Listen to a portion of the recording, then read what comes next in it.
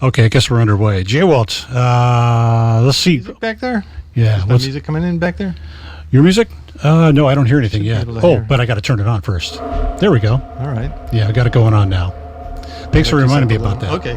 This is all live radio as we speak here. My guest, J-Walt, well, should I say from the LA area? Is that good enough? Yeah, that's right. I'm from the San Gabriel Valley. That's where I live. Yeah, and you've done a lot of shows all around the world, but you were working at the Glendale College Planetarium for a while. That's right. For a few years, I had a show there. That's where I met Pat. That's where I met you. So I do these virtual reality performances. I get up on stage and I draw and I create virtual worlds at the stroke of my pen.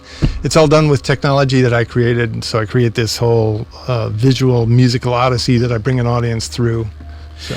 And you actually do your own software now, pretty much. Yeah, I do. Now I'm starting to use Unity, but that only gives me a slight leg up. But I still have to write about. I used to write all of it. Now I'm going to write about 75% of it, probably. Yeah, I was saying, since I've seen your visuals in the last couple of years, it's just grown by leaps and bounds what you've been doing. Thank you. Yeah, I'm really pushing it as far as how one does live virtual reality. I've had to pretty much invent what that means and what it means for this kind of visual performance. I really wanted to get further away than just kind of having background eye candy and really bring it into the forefront as its own art form. And what you'll see tonight is stuff that I've created over the last year. I've been creating under the name Lucid Dreamscapes. So if you go to luciddreamscapes.com, you'll see what I'm presenting tonight. I've created these in the 360 format, which is the new format that people are using for headsets, for virtual reality. So they're completely surround videos, and if you go to my site, you'll see that. And I'm going to be playing a selection of those for us tonight because I've also composed the music for these videos as well. Each of them has a different style, a different level of energy. Some are slow, some are fast. I'm looking forward to it. They'll take you on a trip. I'm looking forward to hearing the music because I saw the visuals you're doing, just incredible. And I do want to remind everybody out there that Alien Air Music can be found as far as playlists. You can find me online at alienairmusic.com, where tonight's playlist is posted. Again, alienairmusic.com. If you'd like to get a hold of me and make a request, my email address is info@alienairmusic.com. Again, that's info@alienairmusic.com. And just a note, on my website, they have I have the videocast menu. If you go to that page, unfortunately, the direct link, the arrow on the box, is not working for some reason. We don't know what that is. Or the embedded link. The embedded video is not working, but the direct link is. So if you tap on click here, you can't see the video. Click here, it'll go right to the YouTube page. You can catch it there. So anyway, I guess we're ready to start a few of these. I'm ready to see. Some of these are. I'm just going to play a set of them here. They're. Well, I guess in a way they're self-explanatory, but we can talk a lot about them if you want. But I'm ready to go. For those of you who like deep space music and graphics that go along with it, this is Cyberstock in your home. That's the best way it is. Anyway, J Waltz, so go ahead and take us away. All right, here we go.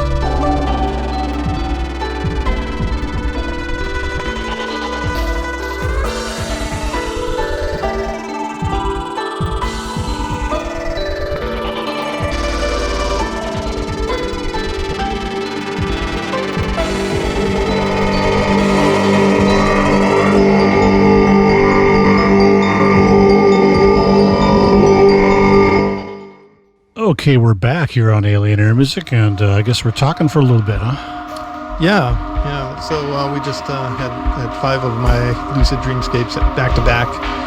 these are really quick sketches that I produce in about a week, just from start to finish. Just the concept, create the design.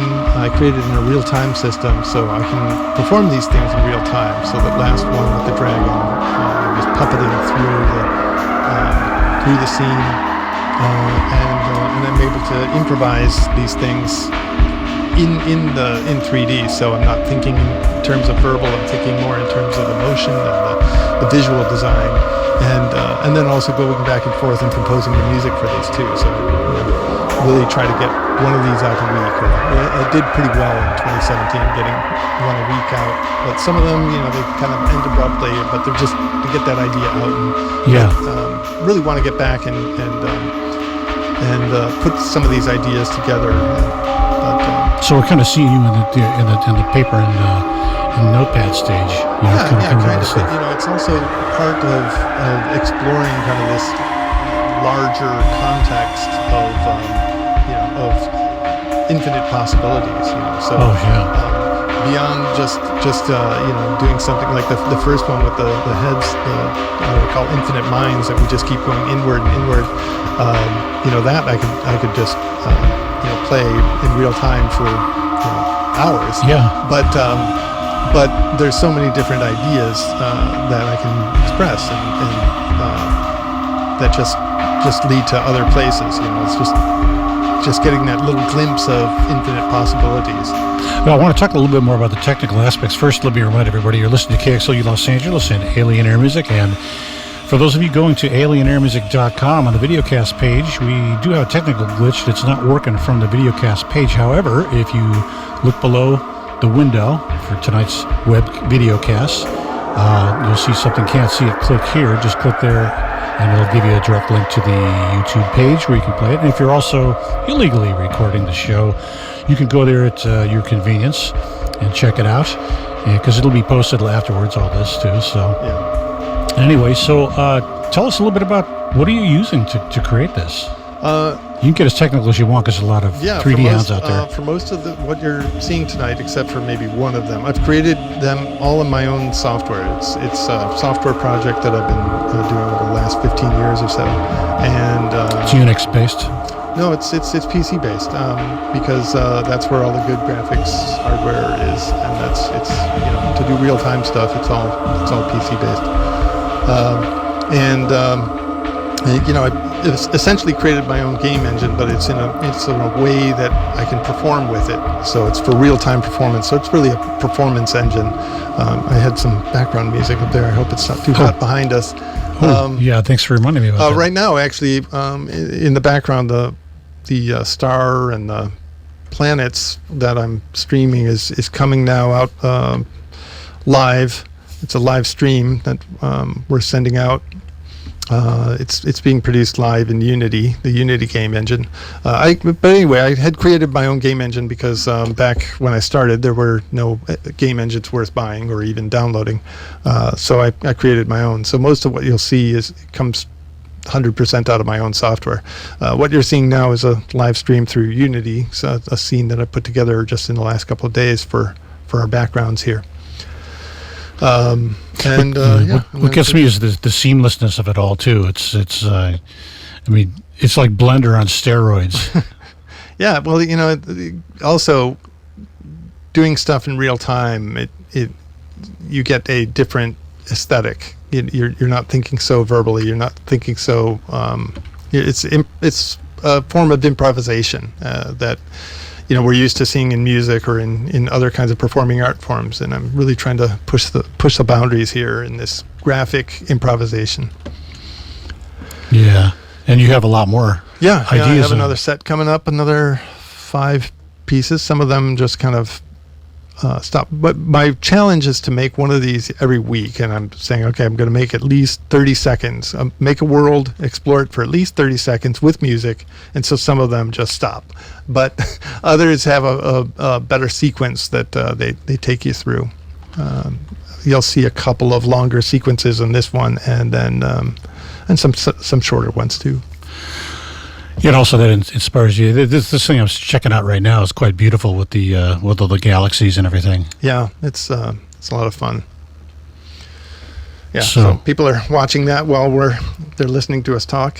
So Yeah, kind of doesn't we could doesn't just do the let it go graphics if you justice. want for a while. If you just want to let this one go, I'll Of course, we got some ambient music in the background. I here can't it hear is. because the microphones are on here, so they automatically mute the background music. So I guess we can turn this up and let it play for Well, a I little have bit. the music. I have music back there now. Okay. But if you want to check the volumes with your, Oh yeah, yeah. that's a good idea.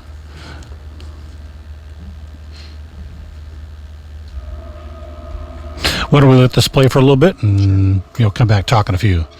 J-Walt, my guest here on Alien Air Music, live streaming videocast.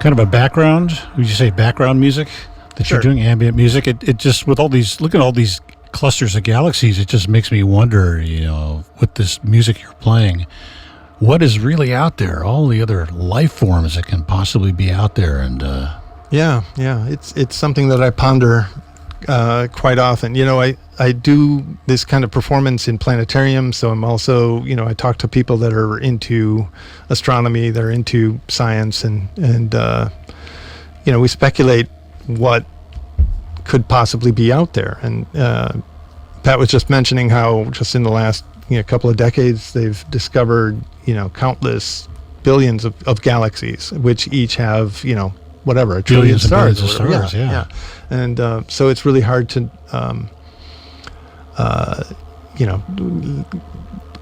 put a limit on what's possible. And now they have the theories about multiverses and. Right. As if our own universe wasn't enough. We have this idea of multiverses. So, and that kind of thinking actually does influence how I do my art, because I think about these fantastic worlds not as just some sort of fanciful thing disconnected from us, but I think about how we use technology, how we use techniques, how we use our actions to make the future, and we can make the future to be whatever we want it to be. And that sounds a little far-fetched, but I don't really see a limit to what we can possibly achieve in the future. But the first thing we have to do is imagine it. We have to visualize it. We have to visualize really what it is we want. What is a perfect world, or even a perfect personal world, a place to be, a place of mind to be. What kinds of things do we want to create for ourselves? And so I answer that by creating art that has no limitations, that expands one's idea of what's possible. Takes you to other realities. Yeah, other realities that really could be. This is one of the things that I love about science fiction and fantasy. People talk about escapism, but I don't really think it's an escape. It's really more like visualizing what's possible. You think about Jules Verne imagining, a submarine. Okay, now that's commonplace. Or and a lot of kids spaceships and things. Go ahead. I was going to say, a lot of kids grew up watching Star Trek, the original series, and they actually became engineers and were inspired by that to try and create a lot of the technology that they saw. Right. Yeah. So people first imagined rockets before there were any rockets. People first imagined, two-way wrist radios before we had cell phones. Communicators. It's amazing just to think about what we can do on our own planet too when we put our minds to it. It's the universe is ours to discover. It's really fascinating. It makes you wonder about all the good and bad things that are out there too. Technology in the hands of creatures that maybe we don't want them to know that we're out here, because if they decide to come here and make a big soup out of Earthlings, we kind of be out of luck, I guess. Well, if you really want to get into talking about the possibilities, one, it seems to me, my understanding is that we seem to be alone, and because there just doesn't seem to be any compelling evidence that anybody's out there. And the way that we know that life spreads to everywhere that it possibly can, that means that there should be life here. If it's out there, it should be here. It doesn't even matter if it's just a fraction of a percent of some weirdo that decided to go off and explore the galaxy while everybody else stayed home. Just some oddball or some space Mormons are going to go out there and try to colonize the universe. And so far we have not seen that. And so you look at biology, just the way that life just spreads to inhabit its complete, habitat. If it's possible to travel to the stars, then we possibly could be the first. Well, the distances are so vast. I mean, unless Einstein can have his theories turned upside down, they find a way to bridge that huge gap. That's a challenge, but I don't think it's impossible. As soon as it was declared that we can't go faster than the speed of light, we started looking for loopholes. We'd start what about a wormhole? What if we pop through, to another dimension? What if we, do something else? We'll find a way. I have no doubt. That's part of the journey is learning how to conquer the challenges that you have in front of you.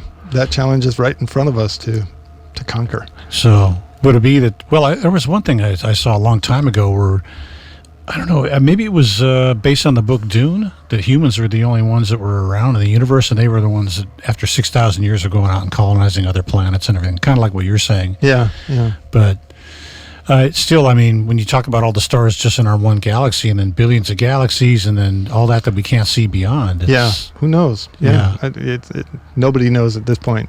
Yeah, for sure. Sometimes when I'm out at night, I just like looking at the stars and just thinking of all just the vastness of space for what little you can see. With Yeah. the light pollution over LA and everything. I was just out in the desert, just out in the Mojave just a couple of days ago. It was spectacular out there. Just, Oh yeah. yeah, you could see everything. And just about the right time of year too. It's not too hot, not too No, cold. it was about 60 degrees. It was Well, very the one nice. thing that does cause a lot of alarm is, our friends the dinosaurs who were kicked off the earth 65 million years ago, or 66 now, they say it is, that when you look up there and you see all those shooting stars, there's a lot of gnarly, what out there. That could, Yeah. Once you get outside of our atmosphere, it's really dangerous out there. Yeah, it is. Yeah, we're Well- in this little oasis. Yeah. It's just, what do they say? Like even paint ships from rockets have been sent up in the past that are floating around up there can punch a hole through metal. Yeah, they're traveling at 20,000 miles per hour. Yeah. Well, let's get to another set here. Yeah, let's do it because it's fun talking with you on this too. But and we're watching the graphics. All right, so I've got another set. I've got about 5 short. Some are longer, some are shorter. But let's go. Okay, here we go. J-Walt, my guest here on Alien Air Music.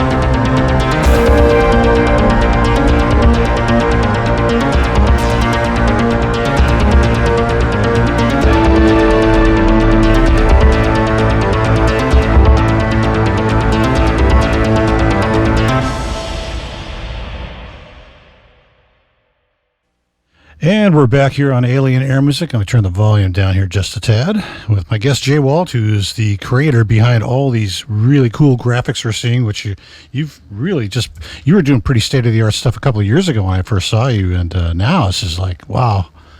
Thanks. Awesome. Yeah. So tell us what we've been hearing and watching. Well, this last one I call Arvana on Rongxi. It's a planet that I just discovered while I was making it, and it's you saw this woman Arvana flying through on patrol there on this planet.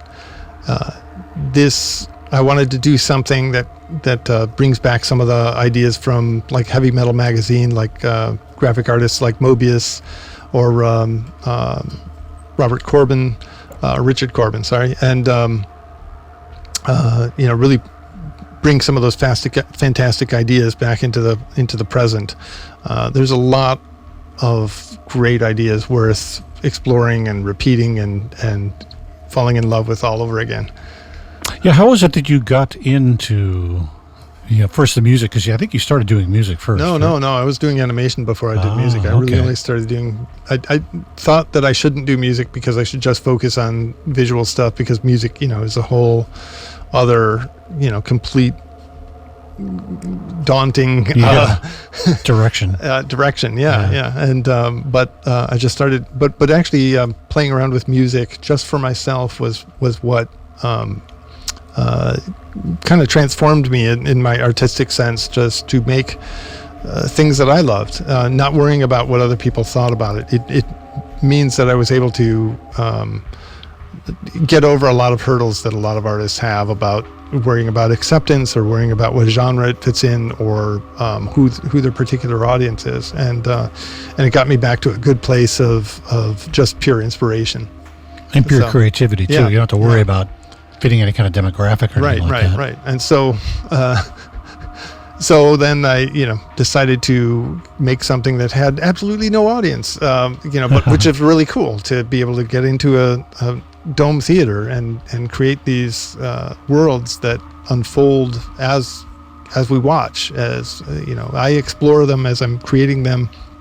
Nobody's seen them before I create them, and we get to explore them together, the audience and me, and it's so much fun. And what we're seeing tonight are kind of the remnants of those kinds of explorations, the artifacts produced from that kind of exploration, and all the new directions you are going. Yeah, that's right. Potential ideas too. Yeah, new visual directions, different kinds of puns, different kinds of transitions and transformations. So we'll see one.